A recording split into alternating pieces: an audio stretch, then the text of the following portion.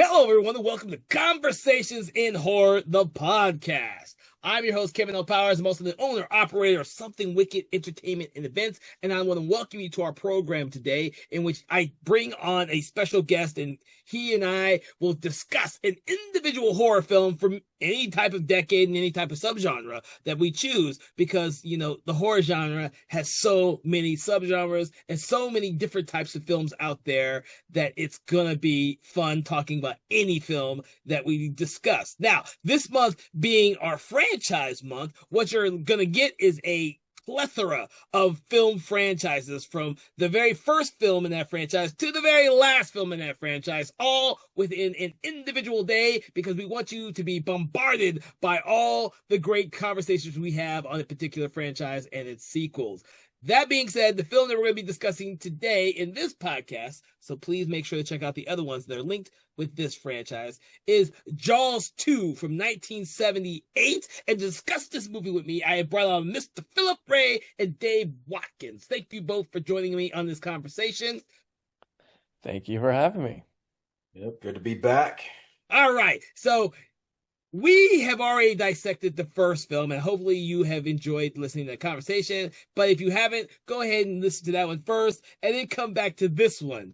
It's going to be a lot of fun.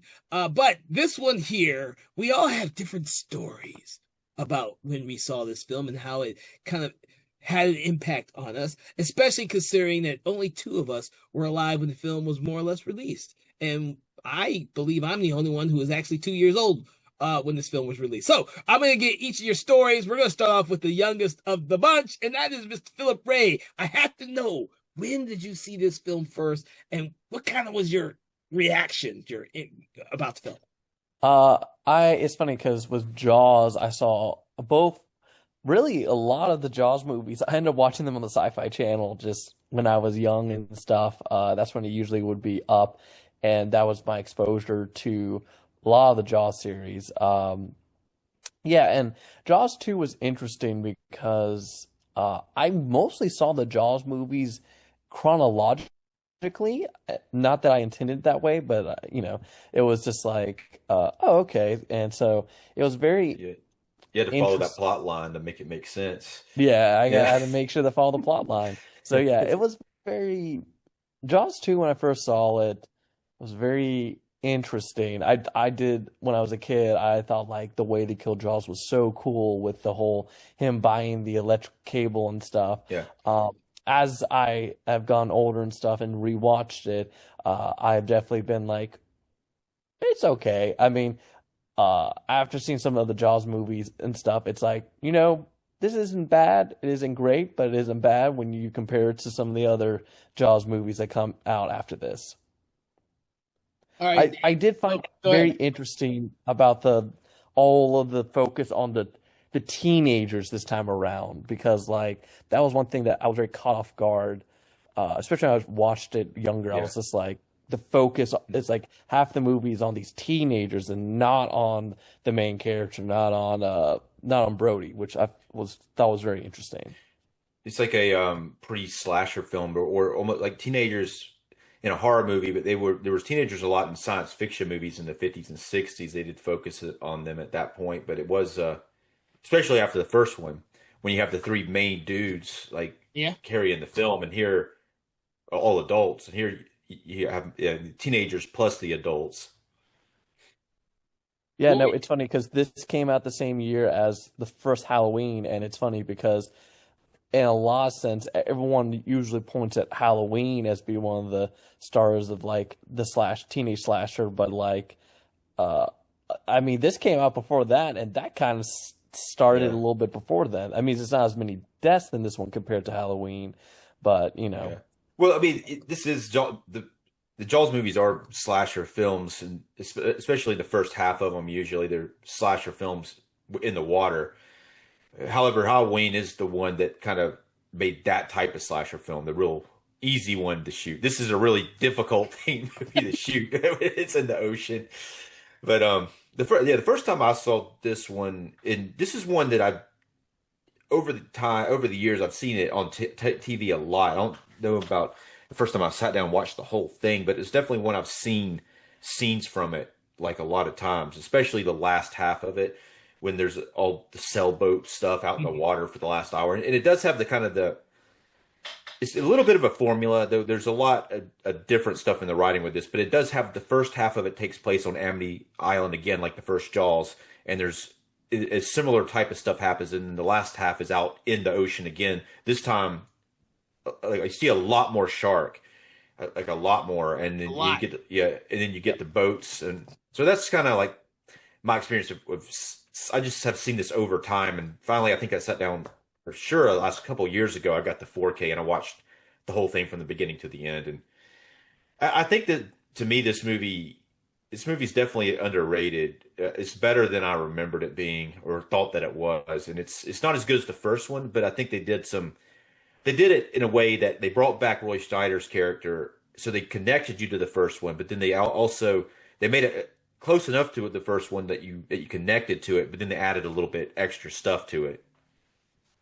Yeah, in my opinion, I think they made it more accessible to the teenage audience by having half the cast be, and I hate to say this, half the cast being kind of stock teenage characters that who do nothing on the island other than surf every day.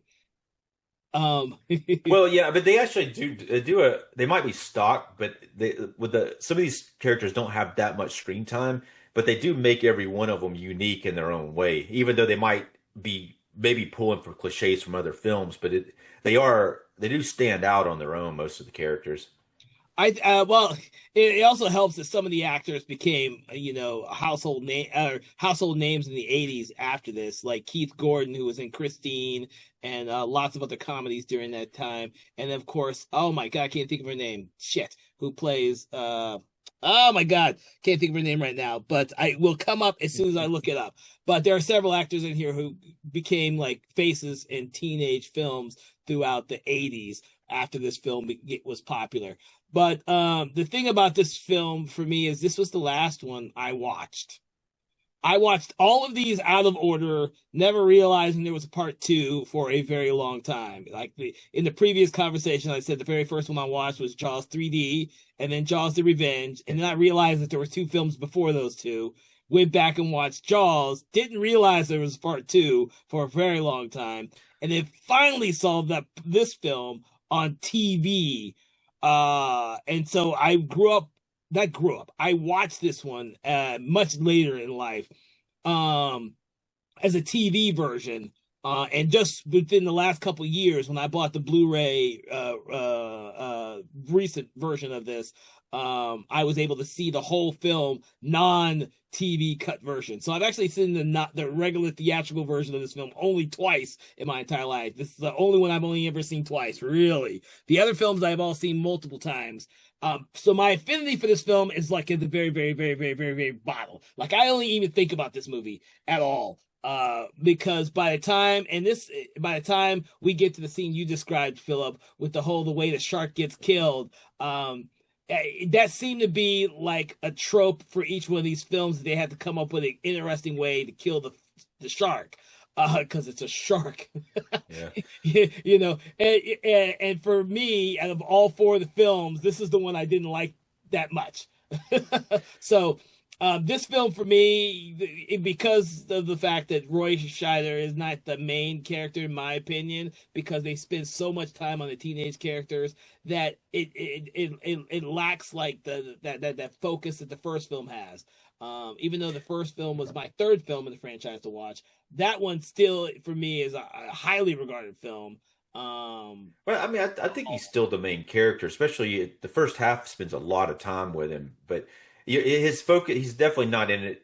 His screen time's not in it as much as the first one, but he's still in it probably more than any other actor in the film. They beefed this character up a little bit too, apparently after the fact.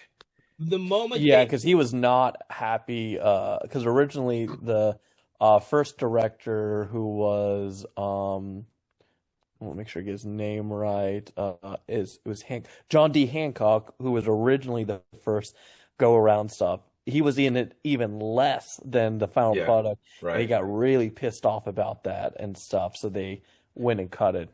Yeah, he was. Yeah, it's pretty interesting, the production of it too, because that first director just quit, and then they're like, oh shit. And then they couldn't find anybody. They tried to get Spielberg to come back, and then they actually wanted some of the production people to do it, but there had been some law enacted at the time Yeah, for, yeah, it was a thing with the union and stuff where like yeah, basically not not it happened with another movie yeah. Outlaw and Josie stuff. Wells is, I guess, where it started. That's like a Clint Eastwood film. Yeah, I think That Clint Eastwood must have taken over directing on that film. As I didn't read into it, but I do have a copy of that movie though. Yeah, that's exactly what happened. And then after that, there was a ban for a while that basically cast and crew could not take over the director's like position during a film production. Yeah, because yeah, they were pissed at Clint Eastwood, even though Outlaw Josie Wells is an awesome film. But yeah, well, but then with the director, they did get Jeannot Schwartz, who went on after this to direct Somewhere in Time with Christopher Reeve, that they just have released to 4K, which it's so odd. I just bought it. I just came in a couple days ago, and I was like, this still haven't same seen it director. yet. Yeah, I hadn't watched it either, but I got a copy of it. But it also he did Santa Claus the movie, Yeah, which I love. yeah, it's awesome. And Supergirl with Yeah. Helen Slater, which bombed. And Santa Claus the movie bombed too. And so Yeah, I love both those yeah, movies. yeah, no, I like him too, but yeah, but that's why then after that he went back to France. He was a French director, but I think he handled this really awesomely. I think when he came into this and he looked at the script and he said he loved the action scenes, but he didn't like the dialogue or the characters. He wanted to change that. So he said, "What we'll do is we're going to go and get it. We'll get this new writer, and we're going to go shoot a really long sequence that's an action sequence while he's rewriting the whole script." And so they shot the boat scene, the skiing scene, which took a long time to shoot while they were rewriting the script. Yeah, because the first script was a lot darker. It was a lot more like the town was a lot more. It basically was like the economy was screwed up because of the events of the first movie. Yeah. It was a way darker tone, Yeah. and Universal's like, no, no, no, we want this to be more serious. It's funny because one thing that was in the original script that honestly would have been amazing to be in the final product, and the fact that it got curbed by one of the producers really sucks, was originally Ellen Brody, the mother, Yeah. was also going to go out and try to look for the kids instead of just being off to the side like she is. And the Yeah. producers were like, absolutely not. You cannot have her go out and stuff. Yeah, So, they really hated like messing with her, but they did. She went out briefly, but then they were like Yeah, they they brought it back. randomly sent her and the deputy back. Um, Like it uh, makes no sense for the deputy. These are the problems I had with the film. There's no reason why the deputy goes back with the Ellen Brody at all. Like he knows how well, to. he's got to protect her. I get it. Well, think that's a good I get it that He's we're the like sheriff. yeah, no, but also the Roy Scheider's character, as established in the first film, is not very good with boats. He's gotten a Exactly. lot better, but he still doesn't know how to drive the boat. He doesn't know how to navigate the boat, and he Yeah. doesn't know where anything is, even though he's the sheriff on this island. But it's established in the first one that we know that he's afraid of it. So it's funny because I did watch this one, like I say, a year ago, and I hadn't watched the first one in a while. And I forgot that was his character arc from the first film, and I was like, that's really weird that he's on this island and doesn't know how to do any of this stuff. But it makes sense though, and especially when they connect it to the first one and all that. Yeah, but it makes no sense for him to go out by himself. Yeah, no, I agree with that. I agree. I didn't really notice that either, really, until this recent rewatch. I was noticing certain things that they did in this movie that I really hated. That was one of them, and the other one is when he's on the beach and he sees the what he thinks is the shark out there, and he just starts shooting at that. Like it doesn't matter what your trauma was from the very first film. As a Yeah. police sheriff, that should never be the first thing you do. And so Well, yeah, that yeah. seemed like that was placed in there just to have an action sequence and to get yeah, and like there was like actually no reason to really just fire him. Really, Yeah. I think you could have did all that without fire. it's a frustrating scene, but I think there is a reason for it, and I think that this character went through what happened in the first film, and he's had trauma, and he's still reliving this trauma. And as a matter of fact, nobody believes him, which is it's annoying, but at the same time, he thinks he's going insane or he's having PTSD, but he's so obsessed with it, and he's so so that's why he does it, and it makes sense when you look at it from a post-traumatic stress viewpoint that but it is very, very frustrating. But that is kind of how they gave him more to do in this movie. I don't really see him as having PTSD in this film, though, dude. He doesn't seem like he's suffering from nightmares. He's not drunk until after he gets fired. None of that stuff happens till after he gets fired. He's really ramped up and like. I did also like the way they showed him being drunk is by having all the beer cans near the front, like gate and stuff. Acting, it was. He drives. That's funny in these type of movies in the 80s or early 80s, like that he does drive drunk, and he's the main character. He drives. He's the sheriff. He drives up, opens the door, all these beer cans fall out. He's just wasted. But and he just leaves them there. Yeah. Well, that's the thing. It's hard for me to grasp that he's that irresponsible when we don't ever see him irresponsible in the first film or this film until that point where he gets fired. Like, yeah, he said he's never been fired before. He's like, shit, I've never been fired. I'm gonna get drunk. I mean, some things are. I mean, it's hard. Plot wise, they may ring like it should be in a film like this, but what they've crafted with his character just seems far fetched to me. Trying to make I never noticed it until I rewatched the movie how far fetched some of these things actually are. They're trying to make the character darker, and it's. I mean, I think it works. I don't know if it's necessarily far fetched, but I think, but from what he's experienced before, and then people weren't believing him, and he's just becoming irate because no one's believing him, and it's like the same thing over again. It's almost like having the same nightmare again as the first time. It is annoying with the mayor character because it's like the fact that he also repeats kind of the same things as the first movie, which is frustrating because there was one small change in this, but they cut it and deleted scenes. I'm not sure if either one of you saw it. Yeah, I know what you mean. When he's showing the picture off, he's the only one in the whole council that goes, "Okay, I think this is a shark." Well, he he votes for him. It was a cool scene. I saw it on the deleted scenes, but the mayor's a little different though. He's not quite as pompous or pushing back as hard as he does in the first one. This one, he does seem to like listen to him more. But at the same time, he isn't ready to say there's another shark. And there's a pretty funny meme that I've seen around. It says, "The mayor from Jaws is still the mayor in Jaws 2. It's so important to vote in your local elections."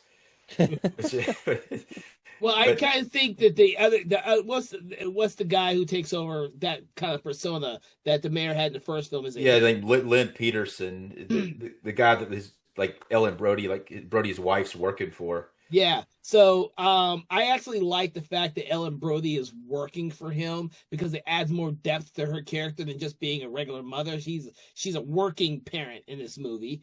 And they make mention of that when he gets fired, and he makes the comment that, she needs to keep her job because one of them needs to have a job.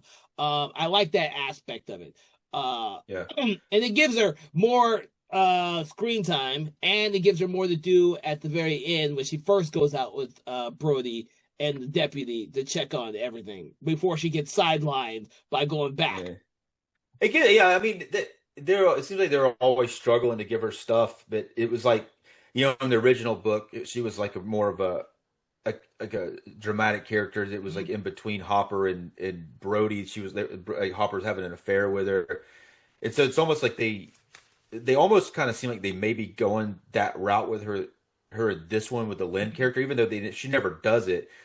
Which I don't think that it's a good idea to do that. It makes her character unlikable, but it does make her a little unlikable in some instances where she doesn't go to her husband in certain scenes, like the shooting scene, for instance, because she kind of almost picks her job over going to him at that point.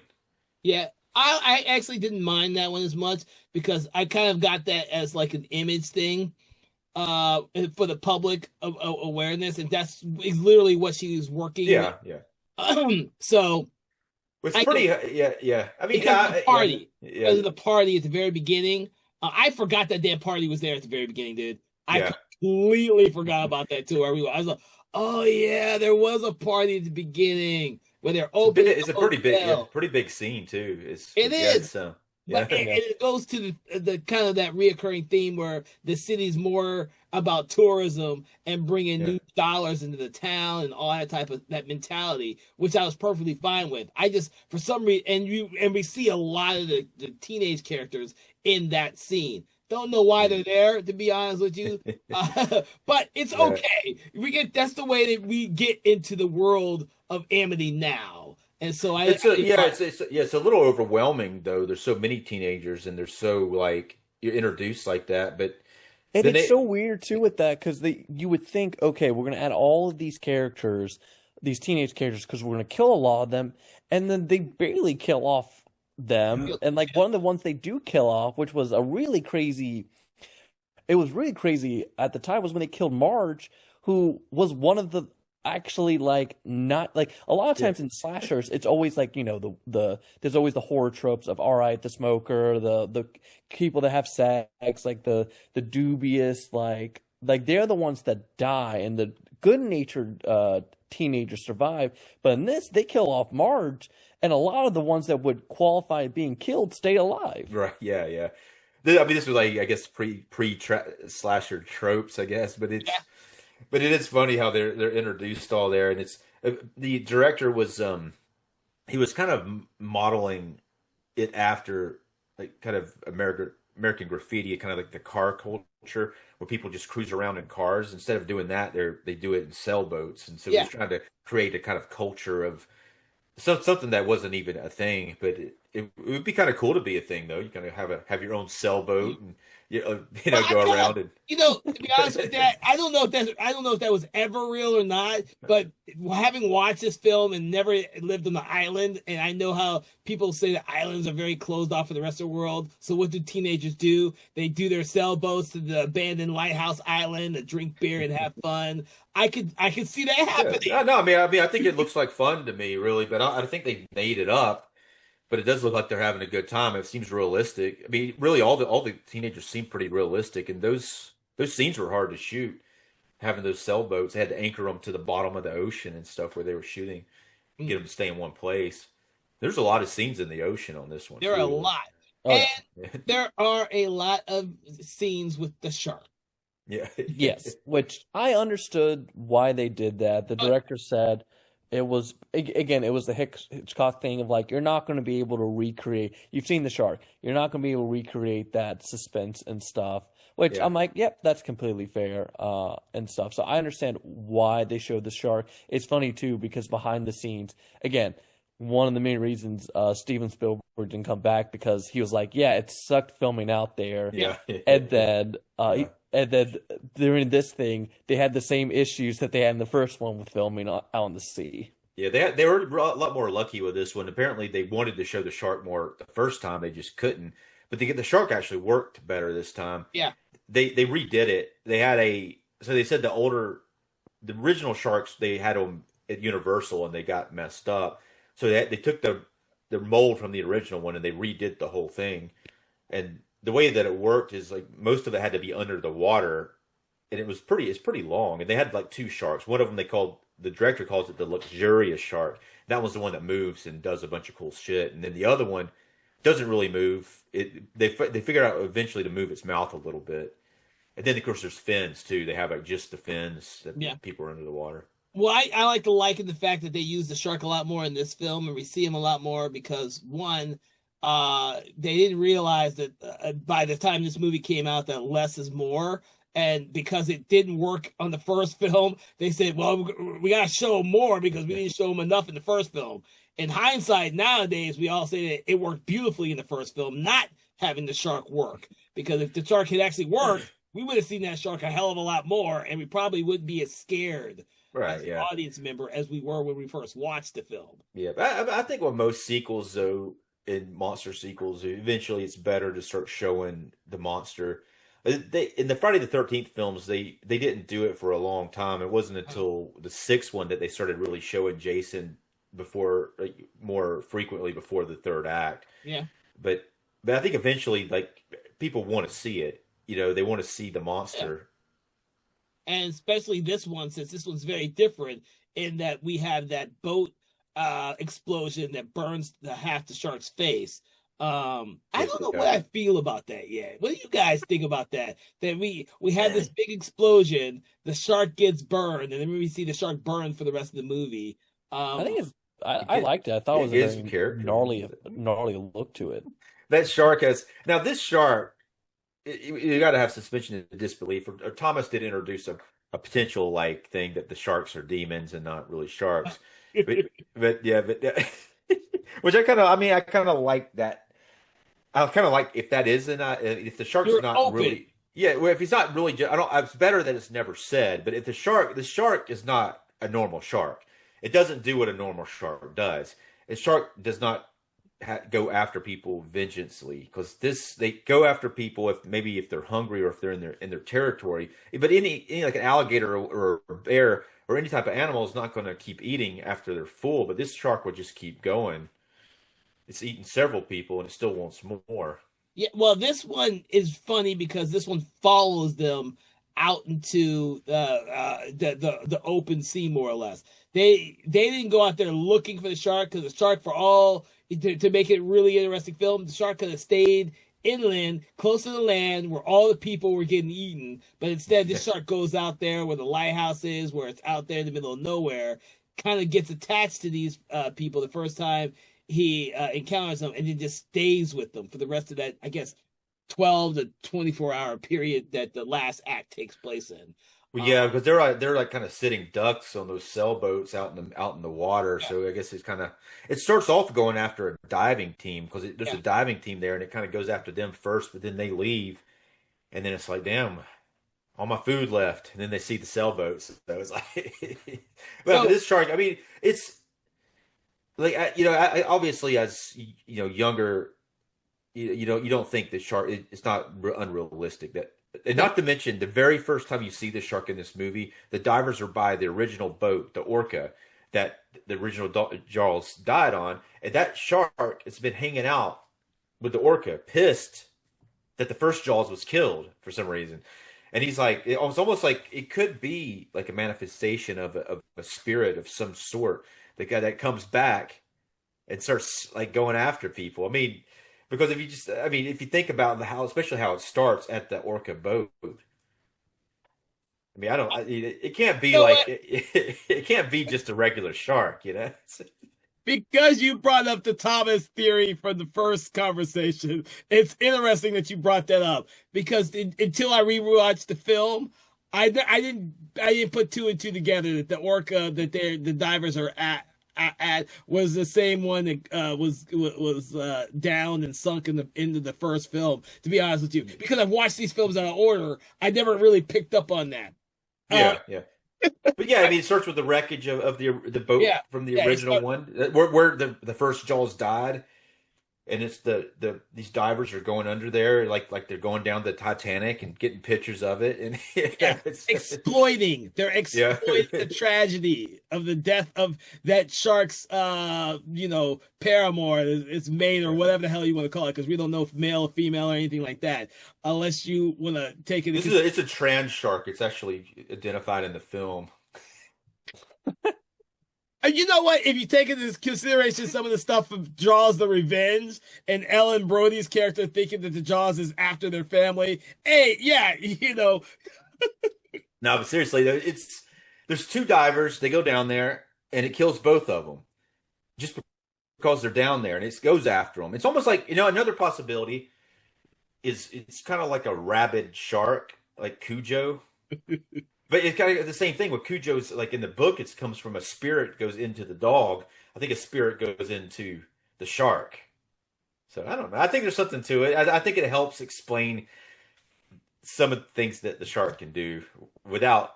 Obviously, you never want to say this as a script writer of this. You never want to like come out and say that. But at the same time, you've got to think, how is this even doing? How's the shark doing? You know what it's doing. Well, what do you think, Philip? I again, we will talk about it again when we get to the other Jaws movies, but once we start getting into the it's a creature, like not as a creature, but it's like, oh, it's this malicious spirit, and it's They eventually do say that then in the other ones. yes, But, they they I do? mean they But Jaws the Revenge brings it up. Ellen is Ellen Brody's character becomes very obsessed with the fact that the shark comes after her youngest son at the very beginning of the movie to kill him, and then it finds her out there in the Caribbean. Yeah. Well, yeah, it's been a long time since I've seen that one, but I mean, I think that they knew it was ridiculous, and that the shark does what it shouldn't do, but at the same time, audiences didn't care, just like they don't care when Jason comes back to life for no reason and starts killing more people, and it's like, especially when he dies in the lake in the first one, and it's like they'd rather him be there than no Jason. So the same thing with the shark. yeah, no, it just gets so yeah. So for me, I'm like, once we start it's the Michael Myers when we start like mystifying him more of like, oh, he's a malicious spirit, he's this and that. It's like so Jason for me it made sense because of the origin and stuff, so the evolution didn't bother me. But when you start doing like with Michael Myers or with Jaws here, when Bruce suddenly and all his children become like these malicious spirits that are hunting them down and then are knowledgeable, but also not at the same time because they still do stupid stuff, which we see that in this movie where it's like he's smart enough. He does some things not shark-like, again, particularly going after these teenagers, but still being dumb enough to like be attracted to sound to go attack Brody at the end when he's obviously got fresh meat in front of him, but he hears the sounds like, oh, let me go check that out and let me bite the table and stuff. Yeah, well, he knows that Brody's the Brody from the first film that killed Jaws, or killed the first Bruce one. So he's like, I hear it. I know. Is that Brody over there? Yeah. Let me go kill him. That dick. He killed my dad. I need revenge on the Brody. Yeah. But my no, name, I mean, Bruce too. You killed my father. Prepare to die. Yeah. Oh my God. No, I do want to talk about Roy Scheider in this film because I still think I really loved him, and he embodies the Brody character the same that he did in the very first film. And for me, he's what holds this film together. With all with I call problems that I have with this film, I think he still holds it together really well. It seems like he's not missed a beat from the very first film to this film here, which is funny because of how like behind the scenes Roy Snyder was just such a mess, like such a like problem child and stuff. Yeah. Well, the director said that he started out that way, but once they got a little bit more into it, he said he chilled out, but he did not want to do it. He was kind of under contract. He wanted to get out of the Deer Hunter, I think. Yeah, he got out of Deer Hunter movie, and basically Universal's like, okay, you still owe us a movie. So yeah. So he agreed to come back to do this instead.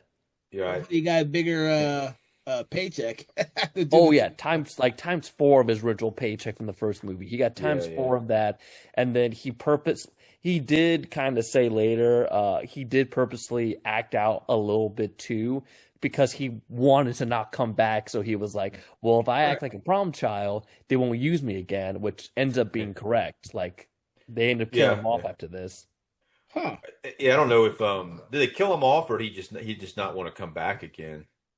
He didn't want to come back, and he was a problem child, so they just wrote him out after this movie. They just wrote him off of like just dying off, like they do the off-screen death. Yeah. I remember that happening, which I thought it always sucked. But off-screen death in like the fourth film, or not the third film? But... Well, he's the dad of Dennis Quaid's character, so they probably do say something about him dying in the third one. They say he died. It was really stupid the way they did it, because they basically were like, oh, he died from a heart attack because he never got over being afraid of sharks because of the last 2 movies, which makes no sense because it's like, but he killed both sharks? Why is he so deathly afraid it causes him to have a heart attack? Well, I mean, I think that it's like what happens to him here. Like he's still like the first time he's still thinking another shark's going to come back. He's under like he's always thinking the shark's going to come back, and it is going to come back because that motherfucker's out to get them. Then maybe they're and that's another. Here you go. Here's another explanation for him acting as crazy as he does because he senses this supernatural thing coming from the sharks that they have a plan that they're going to keep bringing more sharks to try to get him. Yeah. Yeah. I don't know about all that, but okay. See, I really don't believe that. I'm just throwing that out there, but no, it's fine because you're doing exactly what Thomas would have done. No, Thomas would be selling it. I'm kind of just joking around. But he would. I mean, I don't necessarily hate that idea. I like the idea that he presented with the demon shark. I just don't like I like the idea of it being so subtle that nobody knows it, but maybe some of the writers. To explain why the shark does what it does and how it's able to do what it does. You know what? I never thought about a demon, but my kind of ideal behind this franchise was more, and this is having watched the third film and then the fourth film, and then gone back to watch the first and second film. It's closer to something that gets used a lot in horror films, which is random strangers kill the baby of a grown-up monster, and then the monster goes out revenge for the people who killed their child. Yeah. It's something you see and exists with the Sasquatch when the one child gets killed or hit, and then one Sasquatch goes after all the other people who were responsible, or Death of a Unicorn, a more recent one where the baby unicorn gets ran over and used by people, and then the parents have to come after them. I kind of saw that with the Jaws franchise, because there was always that sense that there was a family of these sharks that just really hated this fucking family, and each film presented a different member of the family getting revenge on what happened in the first film. I mean, that's a much more simpler, more audience friendly explanation. I think people will not think twice about that type of thing. Once you start talking about like spirits and demons from the deep coming up, they'll be like, okay, this just turned into like a really B movie. See, it's funny too because like one of the original scripts was actually going to be that it was the original script for Jaws 2. It was going to be the son of Quint and son of Brody hunting a shark. I don't know if Quint would have kids. Oh, he did in that script. Yeah, he did in that script. He got a kid, and it was basically the next generation. He probably hunting down the shark. He probably didn't even know he had a kid, though. Really. I can see that. Quint not knowing he has a kid. Yeah. And of course, the kid probably doesn't. I would hesitate to think that his illegitimate child would actually go into the same business as he did. It's hereditary. That could be that's the theme of the whole franchise. This stuff to deal with family, the Brody family, the Shark family. We could bring in the Quint family element, and it would all wrap around itself in the themes of the entire franchise. And therefore, anyone who's listening, if you want to come up with your own part, fine. You can use Quint's illegitimate child, grown up now, as the protagonist. Honestly, it is at this point. Yeah, it's got to be his grandchildren at this point, though. Honestly, it is quite surprising with every other like 80s, 70s franchise has been brought back and had a modern remake. It really is crazy that Jaws has not, because exactly that, that is so much on brand of them doing like a modern Jaws where you have it's the grandson of Brody and the grandson of Quint and stuff, and like they go and fight a shark. Like that is completely on brand with the Jaws series, and it's crazy Universal has not done that they've actually let Jaws just die. I would not be surprised if some of the rights are held up with multiple different parties signing off on that, because you're right.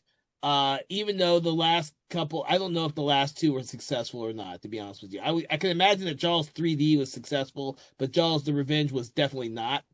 But we've seen sequels to lots of other franchises that had less than stellar sequels that were successful. The Exorcist films, they keep making those motherfucking movies, and Yeah. I don't think they've had a successful one of those since the first one. But yet we still keep seeing more of those damn movies.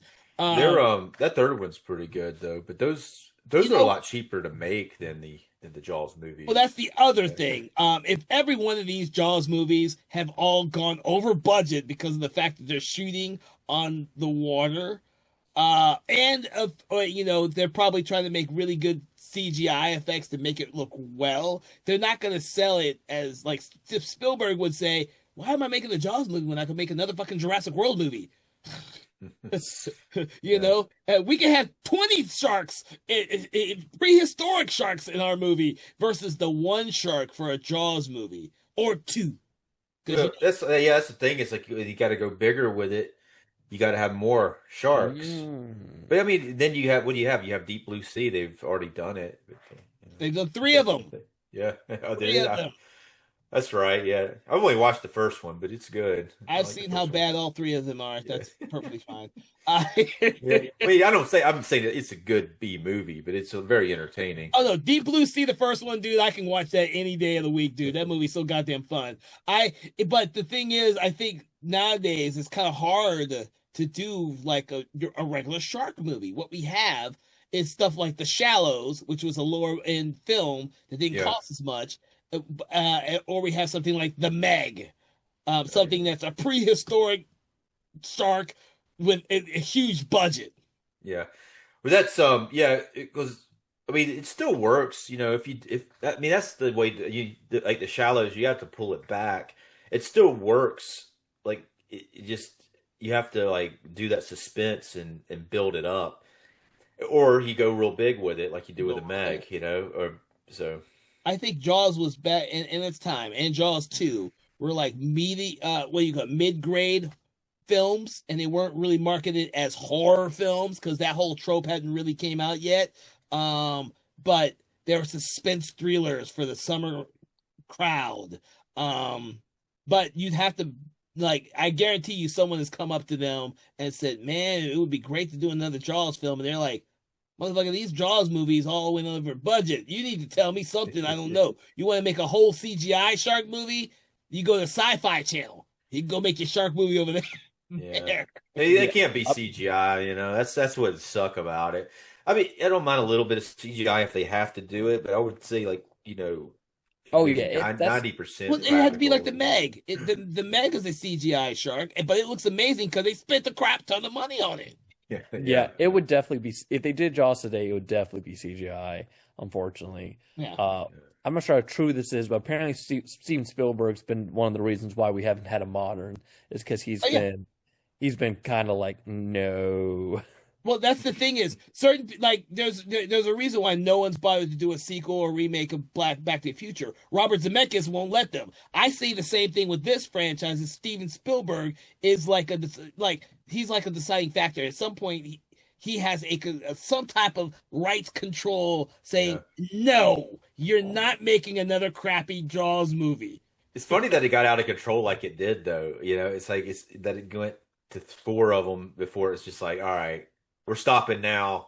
It's Like I said, I believe I'm not 100% Yeah. sure because I've never actually looked this up on this franchise. I believe the only one that probably tanked at the box office was the fourth one. Yeah. It was the fourth one did it barely broke even. It That made didn't tank though. That just barely broke even. That's the difference though. yeah It's one of those it films where they're probably putting it out the summer, expecting it to be a huge summer blockbuster, and it breaks even, and then it gets this infamy for being bad.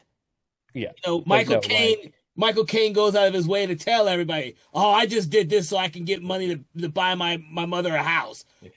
Yeah. No, he said, I think he says he's like, I've never seen the movie, but I have seen the house I Yeah. bought for my mom that it was Yeah. that I paid for with it. Yeah, Uh, and, it's just funny though that he said it, but well, it's and he admits, and he's so funny. I love Michael Caine. I love him, and he's one of the reasons why I love the fourth film.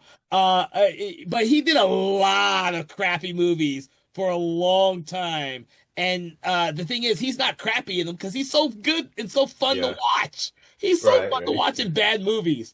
yeah, But I get that. I get that. You know, you're a working actor. He back then he had done a lot of big movies, but yet he was still a working actor. Um, Roy Schneider, he did this movie, got that big hefty paycheck, but he's done in my opinion, I love Roy Schneider. He's done a fucking shit ton of stuff that I love to this day. And I just don't think he ever got the accolades that he deserved as an actor because he was just a consistent working actor.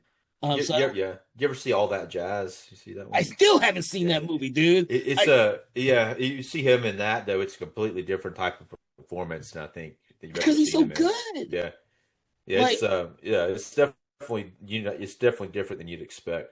like him in Naked Lunch, or Yeah. him in 2010, or him in fucking Naked Lunch is kind of similar to the way he plays all that jazz oh really? character. But in the second scene, he's only in two scenes in Naked Lunch. But in the Yeah. last scene, because he's playing like a kind of a real art director, like he's based on a real art director, like loosely, So, but it's cool though. It's a very cool. It's interesting cool to movie. see him Yeah, in stuff like that. yeah. And that's why, like I said, that's one of the reasons why I Sorcerers can is watch really this good. film. Yeah, Actually, yeah, this is a franchise, no matter how bad people say it is, for the most part, the first, third, and fourth one I've seen a billion times. Like I said, I haven't seen this one nearly as much because this was the last one I watched in the entire franchise. This one doesn't hold as much affinity for me as the other three. Well, I tell you the thing though, the third and the fourth one are probably more entertaining because they really like embraced the concept more and just went nuts with it in a way. This one still tries to be somewhat serious with everything that's going on, and it's actually a really well made movie, but it doesn't have as much of the fun factor in it, other than the teenagers, as the next two did. Yeah. The other two almost become B movies in a way. They definitely cranked up the B movie after with the next one. Dude, these were always B movies. They were, They but were always there's B a movies. certain level of campiness that just, I think after Jaws, it got cranked up just more and more and more Yeah, subtly. I don't see campiness in even any of these, not in the fourth one. The fourth one goes very serious with its dry, with its dry sense of humor, in it. But the third one is like this big budget, summer blockbuster movie that they didn't do with the second movie. It's big. The third one is big. They're using 3D technology. Everything's meant to be big. It's meant to be a summer blockbuster movie. That's not a B movie, in my opinion. That's a movie that they're hoping will make hundreds of millions of dollars. Like, Still, As a B I mean, movie yeah. still make a lot of money. I felt this one felt really big to me though, especially how much in the water stuff they did. yeah, The third one's like in a kind of a Amusement park or park. something, isn't it? Yeah, Yeah, it's like it's a water. it's like It's creatures like from the Sea Black Sea Lagoon. World Yeah, on crack. yeah, Because yeah, it's got the underwater tunnels that go everywhere, so you can yeah. see everything. Like, but and then they pulled it back for the fourth one. Fourth one is very Yeah. more of a familiar film, and it's in a really isolated location for the most part. So they didn't they pulled back all Yeah. those tropes from the third movie to make it a smaller movie. It's darker. Like the deaths are like they wanted to make a more serious and darker movie. So like the They very tried first, to go back. yeah, they pulled it back. It's kind of like the conversation I had. I can't remember if it was you, Philip, or whoever it was, where I had the conversation about Alien 3, where they decided to Me. make it darker and more of a horror film and less of what the previous films did because they pulled all those elements back, which for a lot of people that's a bad thing. Well, it's not necessarily bad. It can work sometimes, but it didn't work for Jaws 4 and it didn't work for Aliens 3. No, Jaws not for 4 general like, audiences. yeah. I think Jaws 4 had a lot more problems than that because all that slow motion stuff near the end, to me, that's like screams like they had production problems and they didn't get it shot the way it needed to be shot, so they had to slow it all down Yeah, in a because really annoying way. no, you're right. There is some weird editing choices Yeah, at that when right about when they're killing the shark. For some reason, that ending, there's some weird editing choices. yeah, But it but still yeah, reminds me of how they kind of killed the shark in this film and killed the shark in the first film, where it's kind of like this back and forth between the shark and how they're going to kill the shark, back and forth, back and forth, back and forth, and trying to build up suspense. But yeah. Jaws does it extremely well because of the editing. It's fucking phenomenal. This film's okay. It's for me. This is hokey because it's an electrical cable. It's supposed to fry the shark. They So do, they do establish the cable earlier in the they movie do. though, Yeah. so at least they do that, you know. But the funny thing is that we know there's a cable down there, but they're not in the same spot where the cable got pulled up last time. So Well, well, that's where the cable goes from. It goes from that one oh, that's island right. That's right. to That's the, it to the goes main yeah, island. yeah, that's right. So it's like it's kind of cool that they establish it, even though it happens so early in the movie. Most people don't remember it, but yeah, I mean, I remember thinking it was pretty cool, like Philip did the first time I saw it. It's a little cheesy, but it still works. You got to kill the shark some way, and you know, Well, And they ended up it's- using that death kind of in the ride in Universal Studios later. yeah, it's kind of and then like with Roy Scheider's character is to be the hero again. He's like holds the cable waits for the shark to come get it. Yeah, Roy Scheider sells everything. Like I said, he sells that whole sequence. You see it in his facial expressions and everything else. I'm fine. Like I said, I'm fine with that. And as much as they focus on the kids in the second half of this movie, I'm fine with them because that seemed fun to me. Like it's a lot better to see these kids sailing than like, oh, we're hanging out at this fair or we're hanging like this seems like this has a lot more energy to it and a lot more openness and a lot more like I don't do this, so I'm seeing other people do something I can't do myself. So I actually like that element to it, even if it's not real. Yeah, Even if yeah, I'm I not know. gonna Yeah, I mean, I kind of want to go do it, you know? Exactly. Yeah. All right, guys, we're gonna do this, and we're going to live stream our Jaws 3 review. No, I'm gonna be the Keith Gordon guy who has the blow up fucking boat who pops it because he puts too much air in it. That's gonna be me, dude. I'm gonna be out there reading my book, and you guys are gonna splash water on my ass because Yeah. I ain't kidding. Yeah, he is reading the book. It's funny, man. It's like, No, dude, I've always liked Keith Gordon Yeah. from Christine, and Right. he's done. I think he's done. well, it's funny. It's funny. I did not even. I've seen Christine a lot of times. I did not even recognize him. But now that you mention it, because he's He's got so those big young. glasses on and stuff in this one, he's like one of the two dudes with glasses. And Yeah. Oh. like the other guy's like. What's interesting they did with the other guy because they're like the girls come up and he's like, oh, he's kind of like Napoleon Dynamite, you know. He's like, they're not gonna like me, you You're not know. going. Yeah, and then like later on, they do like him, so it's kind of cool that they brought that around. You know, they're like, oh, I'm gonna go on the boat with her. I guess they like me Yeah. after all, you know. Yeah. I didn't mind that either. And I almost forgot the other character, the other actress I was trying to remember because I've seen her in so many other films was Donna Wilkes, because she was in the Angel movies. I don't know if you guys have ever seen the Angel movies or not. I've got them. I haven't watched them yet though. Oh, It's like you've she's never like seen them? now she's like a hooker or something, right? Who's like Yeah. a cop, undercover cop as a like being a hooker. She comes from a different world. She's and what ends up happening, a serial killer is going around killing people that she knows. It's a great. I was always surprised they made 3 of these movies. Yeah, I got them. I got them from Vinegar Syndrome, but So I had grown up with those films, and when I saw her in this film, which was the last Jaws movie I saw, I always thought that she was the main female character, but she's not the main female character. She's the secondary female character who, after she gets her friend gets killed by the shark, she gets paralyzed and not do shit for the rest of the movie. Whereas in Angel, she's kicking asses and taking names and killing people. I was like, this is.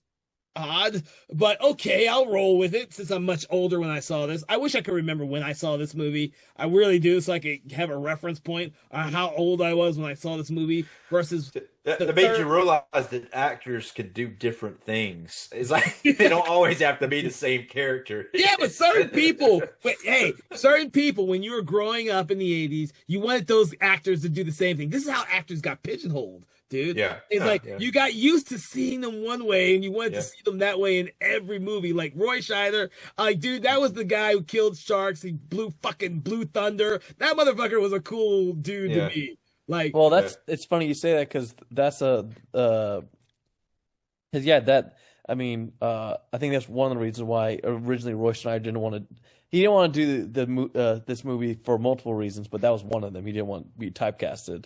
yeah, Yeah. I'm not surprised. I mean, there was that was a real thing back in the day. Like, yeah, the actors just didn't want to get typecast. Now, no one gives two shits anymore. But it's hard to fathom and to reconcile the fact that in the 70s and 80s, these actors would get pigeonholed and earlier. I mean, Yeah, no, that still happens today. This shit's still happening. it's less likely now Yeah. because of all the streaming shit that we have and the multiple different outlets for stuff. People are doing all kinds of crazy shit now. Experimenting with films and television at the same time, whereas they didn't mix back in the day, but They'll pigeonhole you if they can, for sure. Whether yeah, you're an actor, or you're a crew member, or whatever you're doing, they will try to do it. They They're will like, try okay, I to know do him it, for dude. doing that. Yeah. try and do that. But yeah, Yeah. it's interesting. Because I wanted to. Okay, so 83 is when Jaws 3. I had to see because I saw Jaws 3D when it came out. Not realizing there was a sequel that it was a sequel. So I saw in 83 Jaws 3D and of course in 87 Jaws the Revenge. So it probably wasn't until 89 did I realize 89 90 before I even realized there was a Jaws movie, dude. So yeah, never knew. So, Because they like 3D could sound like it's like just 3D, and then the Revenge you don't know because Yeah, there's no number. No. It's no, that's why I never knew because I only saw Jaws as Jaws 3D, and I always saw Jaws the Revenge. And Jaws 3D I saw on TV. I did not watch that on VHS first. I saw that on TV, on cable because I saw that without commercials. I remember that. Jaws the Revenge, I saw that the year it came out at the theater. this one could be called Jaws the Revenge as well. Yes. You know? Uh, I guess they're probably glad they saved that for the later one, but it's funny when they just straight up just called it Jaws 2 and there's no subtitle or anything. Yeah. Well, this Just is Jaws early 2. in horror sequel land. They don't know what's gonna sell. Remember, Jaws was the first summer blockbuster movie. Yeah. All I fathom with these studios is that they wanted another summer blockbuster movie, and the Jaws franchise was the one that started it all. And so they just tried to make another huge summer blockbuster with each subsequent film, but diminishing returns. I'm sure that Jaws 3 did not make nearly as much as Jaws 2, but it was still successful. So they said, let's cut the budget on the fourth Yeah. one. And that's Yeah. what they did. I It's mean, probably yeah. I'm sure that it's probably what made it not seen as much because you say diminishing returns, but there's also a diminishing return when the movie is not as good, and then they're like people get out word of mouth out there, and they're like this thing is not as fun as the other ones, or it could be people who could be over it too, though. so let me ask you a question, both of you. So, in reality, for me, I have not heard anything bad about Jaws 3D, just the effects in Jaws 3D when they are seen from 2D. Do you know of anything specifically about the quality of the movie that does not reference the 3D effects as seen in 2D? Well, the thing that stands out to me that always has is when it's probably a 3D effect when it busts through that glass. It's always been hilarious to me. When I think of the movie, that's what I think about.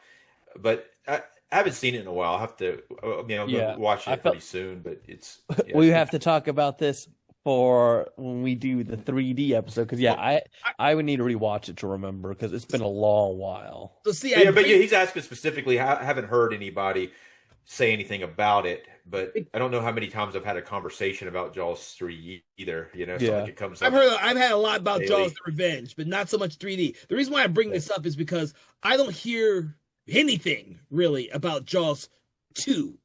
I hear No, a yeah. shit ton of stuff about Jaws, and I hear a shit ton of bad stuff about Jaws the Revenge. But in terms of 3D, the only thing I hear about is the visual effects, and I hear nothing about Jaws 2, and I kind of wonder why I don't hear anything Yeah. about Jaws 2. No, I know. I see what you're saying, and that's kind of what I was saying earlier. I feel it's an underrated film. I think it's a lot better than people make it out to be. It was definitely a point though when I used to see it on television all the time that I felt like it was a bigger deal than I later. think the reason why Jaws 2 gets so forgotten is because when you think about it relatively amongst the Jaws franchise, it doesn't do anything too crazy when you compare it to everything else. Because everyone knows Jaws. Jaws 3, 3D, you get everything with SeaWorld, which, again, the saying alone with that was enough for it to be memorable. You get Jaws 4, which is, again, regarded for a lot of people the worst. And that's also when we get the whole, a lot of weird story writing with that. So Jaws 2 just kind of like, it's just kind of there. It doesn't do anything egregious, but again, it doesn't do anything memorable. Like the most memorable thing is how they kill the shark, but other than that, nothing else in this movie makes it stand out, good or bad, really. Well, I think the sailboat stuff adds a lot to it, and there's some boat stuff. It does go bigger with some of the deaths. Now, this is an earlier movie. They were actually concerned about the deaths in this one. There's that skiing sequence, which is really well done because they had so much time to work on that particular sequence. But that sequence is like when you see that, it's like, and that's on the cover of the thing too. Yeah. But when you see that, it's like, wow, this movie's going to be crazy. But then they really pull back and they start with the town drama and Roy Scheider's character going postal for the next half an hour, and then it's kind of sparse with the attacks until later on after when it decides it wants to be a shark movie, kind of like they did with the first one. Like they think everything's over and they're not believing it, and then suddenly they are believing it because So something happens. The diver thing happens. yeah, so that's one of the things I wanted to point out about this one is I think that, in my opinion, with this film, they tried to replicate what made the first one so popular. And in doing so, they didn't differentiate it from the first one. And so when they did the third one, completely different. The fourth Yeah. one, completely different. And so in Yeah. hindsight, this is the one I think that gets overlooked because of that element.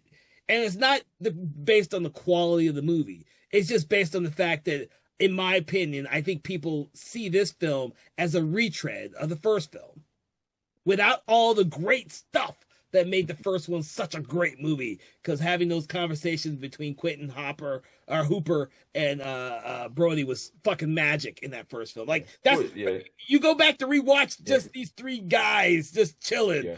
Because No, that's awesome though. It's really the best part of the film. Yeah, it's so But good. yeah. But here they. I mean, I think they did enough. In a way, they did enough to try to make it different by making it Kids. close enough. They added the kids, and then they also made it close enough so people weren't feeling like they're watching a different movie. So Yeah. they were doing it pretty smart, but maybe they didn't do it and they didn't add enough new stuff. Even though the bigger thing about the movie is we get to see the shark a lot, and it actually Yeah. looks pretty good most of the time. I don't think it ever really looks bad because they had the better shark that he had made better than the first one. And so, but there's one shot he's got by mistake. Apparently, that's another thing. If you watch this documentary on this, they would go out there and do one of these shots like all day, Mm-hmm. like these water shots. One was like the shark coming up and it almost grabs the kid's leg, and they pull him into the boat, and they accidentally got that one. But he said they shot that like half the day until they finally got it got it right, and then they actually got it right. They got it different than the way it was supposed to be because somehow this shark turned the wrong way and actually almost snagged the kid. Not it was a fake shark anyway. It wasn't going to actually eat him, but but anyway, they got the shot and it was awesome. So that was like a but they were having a heck of a time shooting this movie. It was well, from my understanding on shooting on water, yeah. it's a hell of a time anyways because you have such a short amount of time because of the way the sun moves to get the shot before you have to wait for the sun to be turned a different way in order for it to get the coverage of shit like that. This is why people don't shoot on water. It's fucking hard. They had to anchor everything, you know. They have to anchor everything down, and so they had a lot of different things in the water, like that. And that island at the end where that has the cables going to it is actually two boats put together, like two barges, and then the island was made on top of it, like with like fake rocks and stuff. That's kind of cool, though. Yeah, yeah. I mean, they did a lot too. This is what I say. This budget of this movie, it might not look that big, maybe if you just assume that the stuff in the water is like just already there, but everything in the water is planted there by the filmmakers in a really difficult manner. So it's Yeah. Yeah. Yeah. So, now, I'm trying to make sure we covered everything. If there was anything else I want to cover, because most of the stuff I've covered, I've asked you questions of you guys already. Is there anything else? Yeah, there's a death scene we didn't cover, which I thought was very well done. There was a and also like we talked about the lighthouse a little bit. I like that aesthetic of the lighthouse island. But there's two teenagers that are making out on the island. I think one of his name's Eddie, and his girlfriend end up on the boat, and there's all these like talk about them maybe having sex in the boat or something like that, even though they're trying to. Eddie? Yeah. They're trying to be a little like they don't actually say that, but it's heavily implied that that's what they want to do.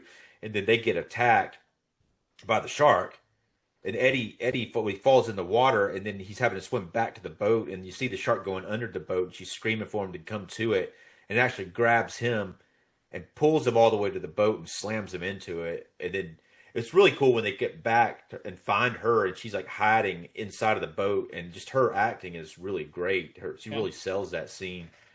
Like just the trauma that she's had from it.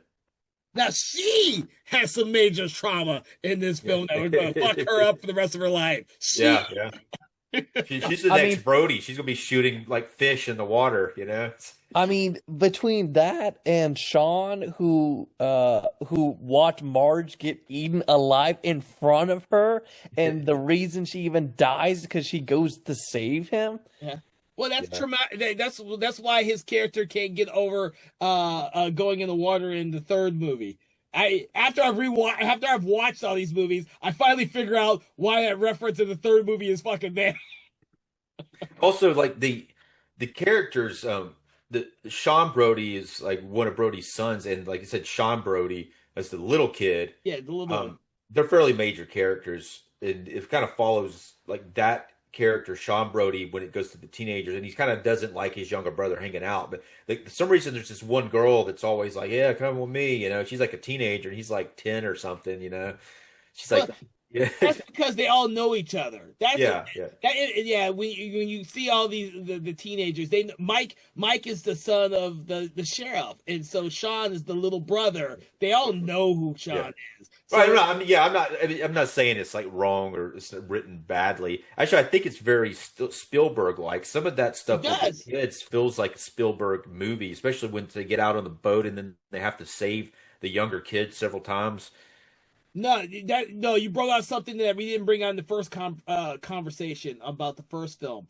The stuff that is shot in this film with all the kids and all the area about the town of Amity, the beach scenes were reminiscent of the first movie in which Spielberg spends a lot of time showing people of the town of Amity on the water when they go after searching for the shark, and on the beaches and in the town. That is what makes, for me, that is what makes this film feel like it's trying to emulate Spielberg's tactics, because Spielberg is good at that shit. This is one of his early films. Jaws was one of his early films, but that is an aesthetic that I've seen in lots of his films, and that's what makes his film so enjoyable to watch. They give you this timeless period of when we all could have been like these people growing up, whether it was on the island or in Jurassic Park.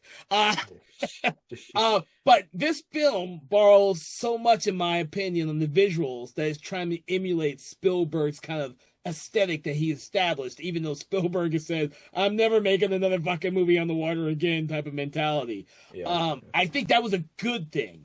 In hindsight, it leads to the fact that this movie is overlooked, but in reality, for me, I think that's what makes the movie feel so similar and so much like the first film. You know, it's unfortunate that I saw this one last out of all four of them, but I kind of get that impression now that I've actually seen the whole thing without commercials two times now.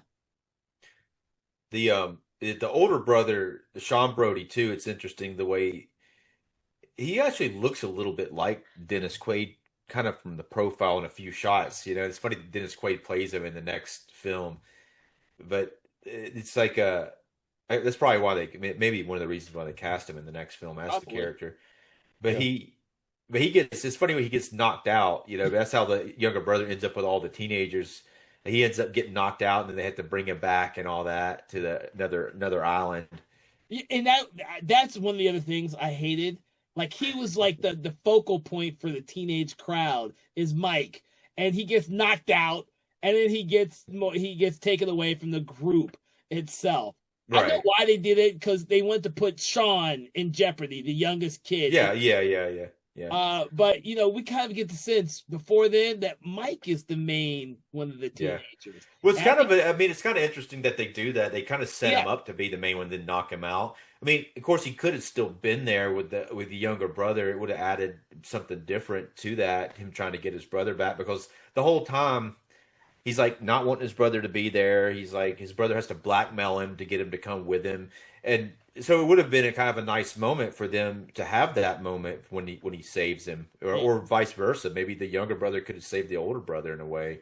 You know, it would have been a nice moment. But it really puts it down to was the character's name, Tina, I think, right? The Tina character and the younger Sean Brody for the last part of the film when Roy Schneider's character Brody has to come save them. It kind of puts that as the last. The Donald Wilkes character.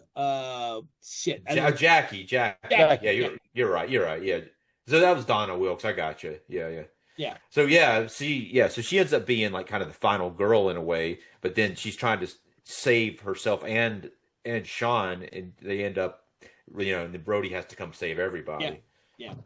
Which, you know, to be honest with you, when they all start jumping into the water to get to the electrical island barge thing, I was like hoping the shark would get somebody, and unfortunately the shark gets nobody. I was like, it gets that one person though.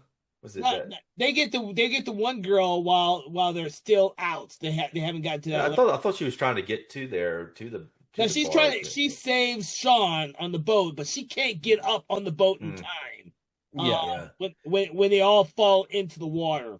That was kind of surprising when that happened, because it was kind of getting to the point where it started to feel like none of them were going to get killed. It's just like none of these people are getting killed. They all keep getting out of it, you know. Yeah, they keep getting out of it.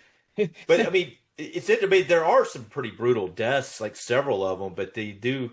I think they were concerned about killing too many of them, because there was a concern with the movie rating and stuff, because I think there was a couple more deaths, but then it was starting to get to the rated R at the time, and they wanted this movie to be PG. Was there an R at the time this movie was made? Probably not. Was it like Gremlins was when it happened? Was it 84? That's the question I had to ask. I was like, yeah. So this is way before. It was like PG. This was PG. No, Oh, there Gremlins was was an R. 84. There was an R, but there wasn't a PG-13. Yeah, oh, yeah. Gremlins created PG-13. Was there R? Was there? Yeah, I think there was. It was like R, and then there was rated X. So it was like I think maybe I don't remember anymore because Gremlins was PG as well. I kept thinking the PG that they would one of these films they didn't want to get an R with, and I can't remember what film it was, and that kind of helped create the PG-13 rating. yeah.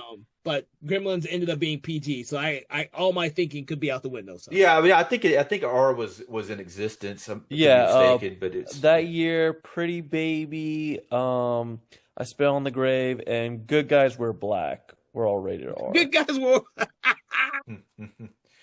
yeah, they'll do it. They'll do it. So, but yeah, that was yeah, because you definitely didn't want to go R with this movie for the audience. It wouldn't have made as much money, and if it went NC-17, you'd be completely screwed. You wouldn't get any audience. Yeah. So, Well, the thing is, like I said, summer blockbuster movie, dude. Summer blockbuster movie. You can't get a whole bunch of summer people going to go see an R-rated film. yeah. Well, not during that time anyway. Nah. I mean, not even now. We still have studios who are scared of doing the rated R to limit their audience. audiences. It will too, though. I mean, but it depends on what the heck they're making. It does. You can't make Terrifier and try to make it PG-13. You're gonna be in a bad situation. Oh, shit. You know what I just and this is off subject because we're talking about the rating system, which is very relevant to a film like this that was rated PG in order Yeah. to get in the summer ratings. But I just read recently and don't mock me when I say this, but the first non-rated R Punisher movie is going to be the new Spider-Man movie because it's going to be PG-13. Because all the other ones were rated R, and Yeah, everyone's he's gonna, kind of wondering. he's apparently going to be in that. He's one. going to be in it, and John people are Russell. wondering, well, Yeah. what's he going to do if he can't do R-rated stuff? Yeah. Well, he's not the main character. So He's not the main character. I just Yeah. thought it was hilarious that the rating system came back up with that because that's a summer blockbuster.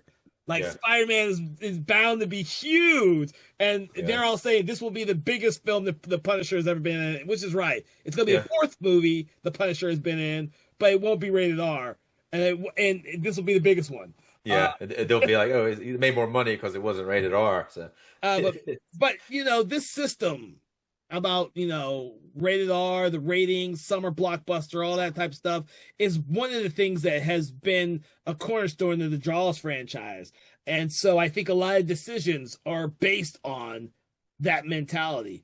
Like you said, Philip, you said that they were trying not to go too dark with the movie. That might alienate some of the audience. It's a summer blockbuster. They want something that's supposed to be fun and thrilling, but not scary and terrifying. So, See, it another makes- yeah. another script that was written potentially to be a Jaws 2 that never happened. That honestly, again, we talk about like rebooting and stuff. Like this, I would love to see this. Was they were going to have a prequel, and it was going to be Quint was going to be the main character, and was going to be revolving around the USS Indianapolis. I have, Apparently, read about that. yeah. Apparently, Spielberg wrote a script for it because he was considering coming back for it, and he wrote a script, and then something happened where he couldn't do it. But he's like, "Yeah, you guys can do it," but they were like, "No, we're not doing that." Yeah, I've read that whole story was in a book, I believe, called "Movies Never Made." That does not seem like the right title, but that one was in it, and I thought that was a really interesting concept that just was overlooked. That would be a perfect prequel, dude. Yeah, That they would- could still do it. It would still be fun. It would be even better than.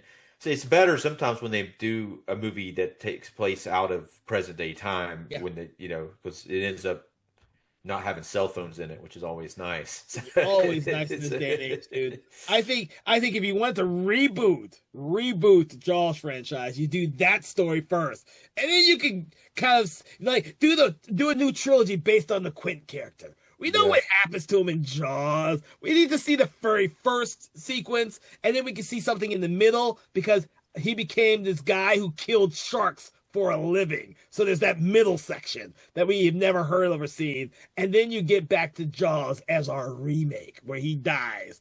And then you build on a new trilogy with the Brody family. Like, I got this. This is the whole Star Wars. You have the prequel trilogy, the middle trilogy, and you can have like the sons of the Brody character in the last trilogy. We can make 9 films, Universal. If you're listening to this, 9 films. I'm ready. Just give us a call. I think legitimately Steven Spielberg, I think because he's the one who's like trying to prevent Jaws from being remade. I think if someone actually said, "Hey, why don't we do the Quint story you want to do?" I think that would be the only thing that would make him go, "Okay, I'm okay with this now." Yeah, I think you might be right with that. I mean, with every other he won't let Jurassic World fucking franchise die because he makes too damn much money off that shit. And everything else, that literally Jaws is the one thing that we don't see sequels for. We saw freaking remakes of Poltergeist and everything else, but we have not seen him touch Jaws again. So, anything else we want to discuss about Jaws 2? No, I think Nope. we're good. We're good on that. I think All we got the good stuff talked about, I think. I think we got a lot of good stuff talked about this Yeah. film. A lot more than I was originally anticipating, mind you. So, with that, I do Really, that one before this one went like significantly longer. I think I'm surprised you thought it wasn't gonna be that much. I don't. The thing about the Jaws films is I don't know if people have a whole lot of stuff they want to say about them, or if they just want to like say how good it was. Like the first film, we all know is a classic and a great movie all around. This one here, which we are going to get to rating it, we all have different opinions on. We will definitely have different opinions on Jaws 3D and Jaws the Revenge. So it'll be interesting to see how our conversations go with those 2 films as well. But this one, we got out some of the main things that I wanted to talk about, which are kind of like why and how this film is so related to the previous film. I want to get in talks with how these films were created as summer blockbusters because that's what audiences craved, and maybe the reason why studios did the movies that they did. We'll get to that more in the third part in the fourth film. Some of those ideals, because this is like the epitome of a summer blockbuster franchise that was designed to make a lot of money with each subsequent films, and they are not fondly remembered for multiple different reasons. None of them are talked about or remembered nearly as well as the first film, and there is nobody out there, no theater that I know of, that's replaying Jaws 2, Jaws 3D, or Jaws the Revenge as much as the original Jaws is played every summer. But they are playing Jaws 19. It's kind of funny relatively. That was like the longest joke for a while is, there's going to be like 19 Jaws movies when you compare it to a lot of other horror movies that get way more. Right, those are joked about. Well, yeah, that was Back to the Future, right? When that happened, Yeah, Back to the Future. Because Spielberg was involved with that, wasn't he? In some way. Yes. Yeah, he was a producer on it. Yeah, so that was why they got that in there. But that is funny though, yeah, because it already went up to 4, so I guess they figured that was a little ridiculous already. Yeah, I mean, it is sort of the thing too, where the first one stood by itself and you didn't need any sequels. I mean, everything past the first one was a little bit of a cash grab to begin with. So yeah. But as goes with most of the movies that we are discussing this month for our franchise month, it's going to be interesting talking about the sequels to the original films. But that's why we're providing all of you out there with not only a conversation on the original film of these franchises, but each of the sequels as well. And we do know and are aware of the diminishing returns with sequels as they play out. So right now, what we normally do is we like to rate the films between 1 and 5, 1 being poor, 5 being amazing. But what we like to do is pull something from the film to attribute to our rating, whether it is an object, a quote, or a saying. So what, guys, do you want to rate this film, and what quote, object, or saying are you going to attribute to your quote? And we're going to start with you, Mr. Phillip, tonight.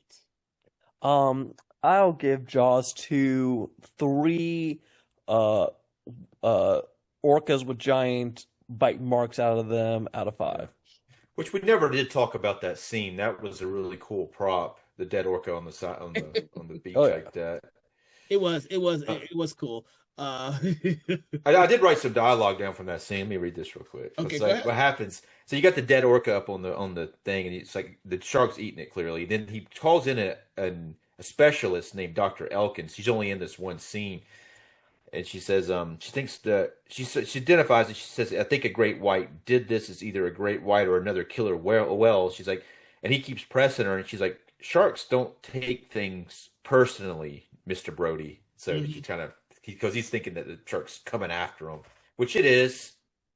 Because The it's shark's coming. Jaws. See, this one, the shark doesn't actually seem like it's coming after him personally, like the shark does in the fourth film, where it obviously is going after the family members. This film, Yeah. the shark just comes back to Amity, and he just happens to be there to investigate after he's had a meal.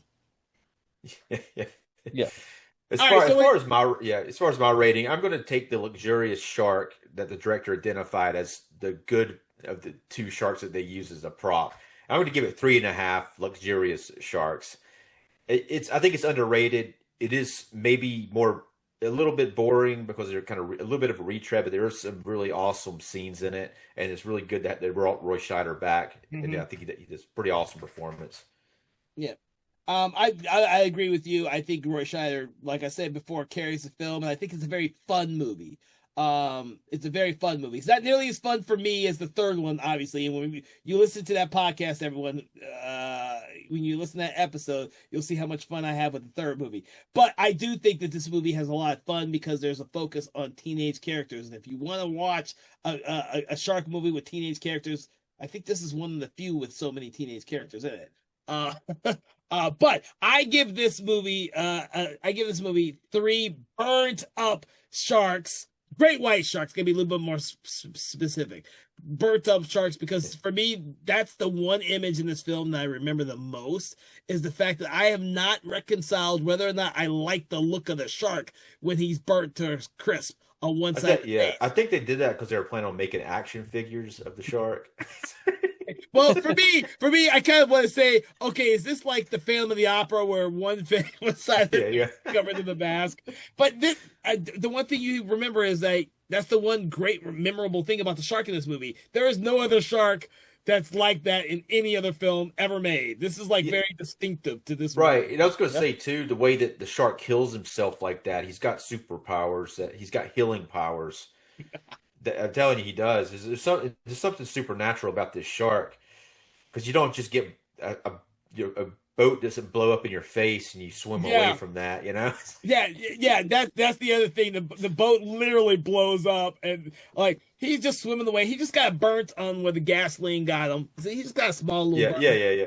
We forgot about that part too, though, in the boat, because what happens is he rams the boat, and then the lady picks up damn gasoline and like pours it on herself By by accident. mistake. Which It's like, was so ugh. stupid too when you watch it. Of just like it was such like very obvious. Like it was such bad. Like, oh, we gotta Yeah. keep this character to be stupid. Like it I was. mean, I can see spilling a drink on yourself, but to actually lift the gasoline up over your head and dump it on your head, it's like it's kind of hard to do because it's like, You gotta really be. She had to really be trying with You that. don't want to reveal the shark just yet, that the shark's there. I know why it's there. You want to kill people, but not have it be known that the shark is killing people. but So, she's trying to pour the gasoline on the shark. But I yeah, mean, which it's seems odd odd. it's odd that she thought she's gonna pull it up over her head would be the way to do it, and wish she shoot a flare at it, which catches her and the whole damn boat on fire, and then Yeah. it explodes. But she's panicking.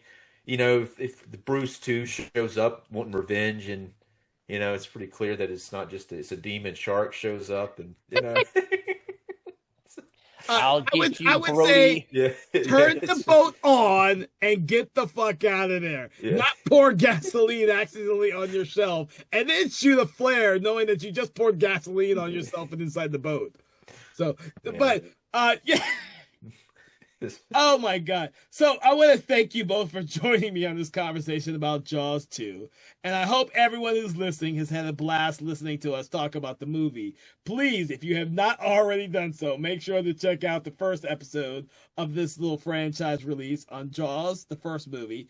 And then check out the ones on Jaws 3D and Jaws the Revenge. You're going to have fun listening to us conversate about those films, whether you like the films or not. It's going to be a great fun. It's going to be great fun. With that, we hope that you've enjoyed the program. Please make sure to like, share, follow, do that thing you do with your favorite podcast or your favorite podcast app, Spotify or YouTube. And please remember to check out our other podcast, Conversations in Hammer Studio Horrors, which delves into the amazing oeuvre that is Hammer Studios from the 60s, 70s, and 80s. If you love great classic horror films, you're going to love that podcast because we have a lot of fun there. From all of us here, Something Wicked Entertainment, we wish you a pleasant day. And remember, stay out of the fucking water! Conversations in Horror is a Broken Lighthouse Pictures production. Written, produced, and directed by Kevin L. Powers. Executive producer, Kelly A. Inoka. All contents and material from this episode of Conversations in Horror is copyright 2025 Broken Lighthouse Pictures.